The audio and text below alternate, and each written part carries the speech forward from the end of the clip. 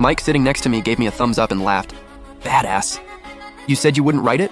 What did the teacher say? I shrugged with a smile. He said he'd call my parents. But when Lucy heard that, she panicked. She came over right away and pulled me into the hallway. Lucy started persuading me nervously. How could you refuse the teacher?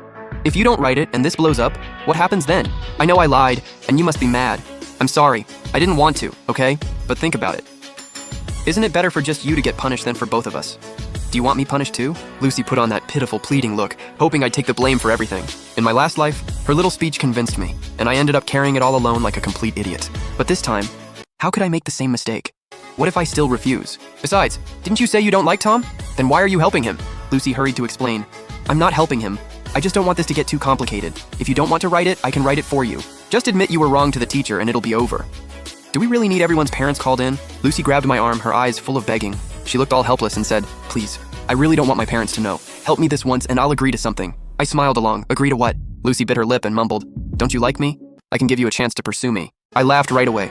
Sorry, you can save that chance for someone else. Then I turned and went back to class. I was blind in my last life. What? Am I supposed to stay blind in this one too? If I'm going after someone, it'll be my real dream girl. Who would choose a fake innocent act like you? Suddenly, my eyes lit up. At this time, that girl should still be getting bullied at the school next door, right? Not long after, the homeroom teacher called me back to the office.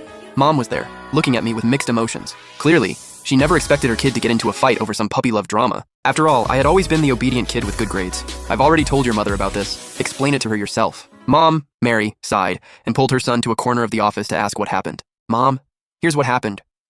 I leaned in and quietly explained, then took out my phone and opened Lucy's text to me. Mom was furious. After all that, her son had been framed. Mary said angrily, how could that girl lie? Then she took the phone and held it up in front of John. She argued, my son really wasn't lying. He didn't go there because of some post. This girl told him she was being harassed. My son only went over because he couldn't stand by and watch. John's eyes widened too. He didn't expect there to be chat records, but he gritted his teeth and said, her lying was definitely wrong, but Jack did hit someone, and the boy he hit is an athlete. What if his hands or legs were hurt? Wouldn't that mess up his exam? Then John started lecturing me again. Jack, I'm only asking you to reflect on the mistake of hitting someone. No matter what, you can't hit people, right? If Lucy lied, the teacher will definitely deal with her too. Putting all that aside, you were still wrong too, weren't you? I smiled and answered, ha ha ha ha, putting all that aside?